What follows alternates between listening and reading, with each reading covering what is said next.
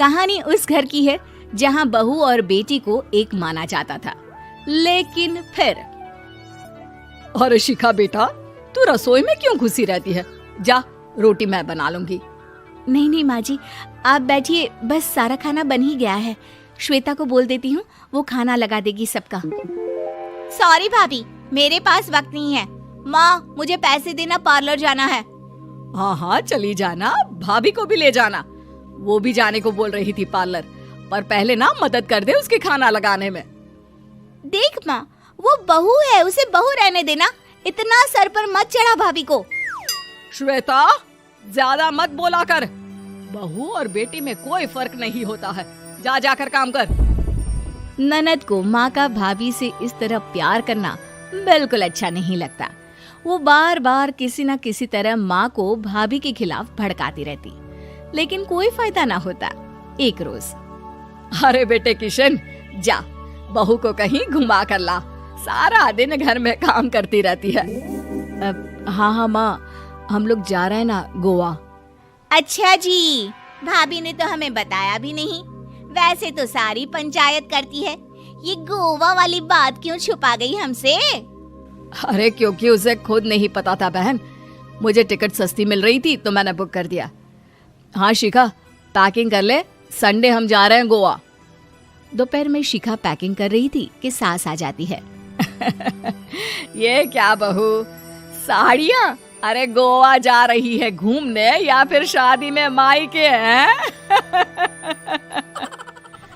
माँ जी, ऐसा कुछ है ही नहीं, समझ में नहीं आ रहा क्या रखूं कपड़े में। अरे तेरी और श्वेता की साइज तो एक ही है, उसके कुछ मॉडर्न कपड़े ले ले, आकर लौटा देना। हाँ माँ जी, ये ठीक रहेगा। शिखा श्वेता के पास जाती है और उससे कपड़े मांगती है।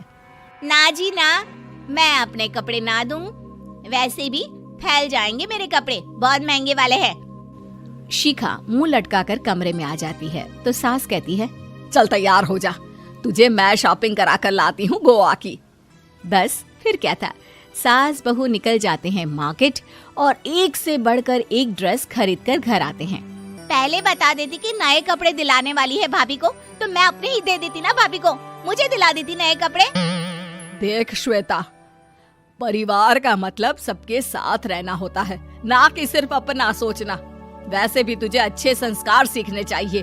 और रही बात कपड़ों की, तो शिखा, आज से घर पर भी तू मॉडर्न कपड़े ही पहनेगी। कोई जरूरत नहीं है ये साड़ी वाड़ी लपेटने की। अब क्या था, घर पर श्वेता और शिखा एक जैसे रहते। एक बार पड़ोसन आती है। अरे बेटा, अपनी माँ को तो बुलाना, जरा बात करनी है। शिखा सास को बताती है और रसोई में चली जाती है। ये आपकी बेटी बहुत बड़ी हो गई है, इसके लिए एक रिश्ता है, कहो तो बता दूं। ये बेटी नहीं बहू है, घर में सब एक जैसा ही रहता है। वैसे मेरी बेटी भी बड़ी हो गई है, कोई रिश्ता हो तो जरूर बताना। पड़ोसन रिश्ता लेकर उन लोगों के घर आती है। तब श्वेता की होने वाली सास कहती है, तो ये घर है, कितने मंजिल का है? और ये बहू ने आपकी क्या पहन रखा है, जीन्स टॉप? अरे भाई, साड़ी वाड़ी नहीं है क्या इसके पास? देखिए, सर्दी है तो साड़ी में बहू कैसे मैनेज करती, वैसे पहनती है साड़ी भी। देखिए, हम लोग ठहरे पैसे वाले लोग, कोई कमी नहीं है हम लोगों के पास पैसों की, बहुत पैसे हैं, जमीन, नौकर चाकर, कार, सब कुछ है, लेकिन घर में संस्कारी बहू चाहिए। समझ रही हैं ना आप? सास कुछ कहती कि श्वेता बोल पड़ती है, हाय रे, नौकर चाकर से लेकर जमीन, कार, पैसा, हाँ, मुझे रिश्ता मंजूर है मुझे। अरे रुक जा श्वेता, मैं बात कर रही हूँ ना। देखिए, हम लोगों के घर इतनी आजादी नहीं मिलेगी। अरे हाँ कर देना माँ, हाँ कर दे जल्दी से। सास क्या करती, बेटी की शादी ऐसे घर में कर देती है जहाँ ना उनके विचार मिलते हैं और ना ही आचार। शादी के बाद एक रोज फोन पर, श्वेता बेटा, एक बार घर आ जा, बहुत दिल करता है तुझे देखने का। माँ, वो घर पर बहुत काम होता है, कैसे आऊँ?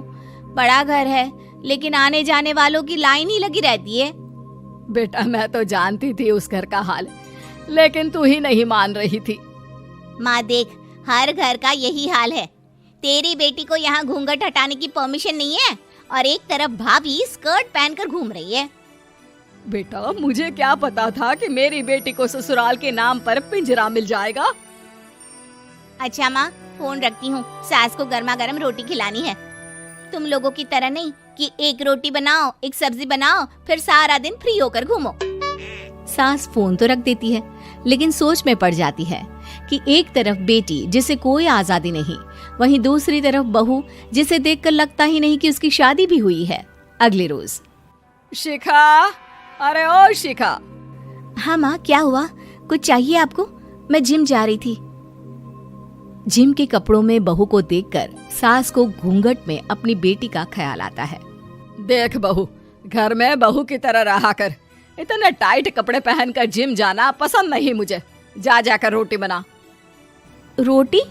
माँ, अभी तो शाम की 6 बजे हैं, इस वक्त रोटी? अब क्या मेरे खाने पीने पर भी पहरा है? अरे जब मर्जी तब मैं अपने घर में खा भी नहीं सकती क्या? बहू को अजीब लगता है। वो समझ नहीं पाती कि जो सास कल तक इतनी सपोर्टिव थी, उन्हें अचानक से क्या हो गया। वो किचन में जाती है, गरम रोटी के साथ 2 तरह की सब्जी, रायता, सलाद सब लेकर सास के पास आती है। माँ जी, खाना। इतना सारा खाना? राक्षस समझा है क्या मुझे? रोटी मांगी थी मैंने गर्मा गर्म बस। पर माँ जी, रोटी खाती किससे आप? सब्जी तो बनानी थी ना। अरे भूख मर गई मेरी तेरी बहस से। जा जाकर काम कर, अंदर पूरी रसोई साफ कर। बहू अंदर चली जाती है। थोड़ी देर में श्वेता घर आती है। अरे शिखा, जल्दी से चाय ला, पकवान बना, मेरी बेटी आई है। अरे नहीं नहीं माँ, ड्राइवर बाहर खड़ा है। मैं तो घर का कोई सामान खरीदने के बहाने यहाँ आ गई हूँ, मुझे जाना होगा। अरे बेटा, पर कितने दिनों बाद देख रही हूँ तुझे, रहने आ जाना 2-4 दिन के लिए। आ जाऊंगी माँ, जब मेरी सास मरेगी तब।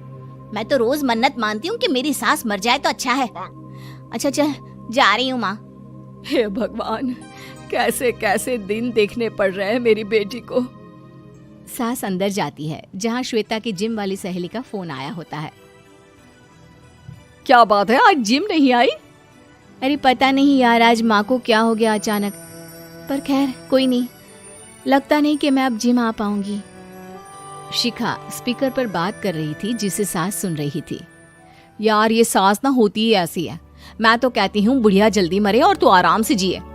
शिखा को सहेली की बात पर गुस्सा आ जाता है। माँ के मरने की कौन सा बच्चा दुआ मांगता है मोहिनी? आगे से ऐसी बात मेरे सामने मत करना। हमारे घर की शोभा ही माँ है। क्या हुआ जो थोड़ी सख्ती दिखा रही है? उसमें भी कोई ना कोई उनकी भलाई ही होगी।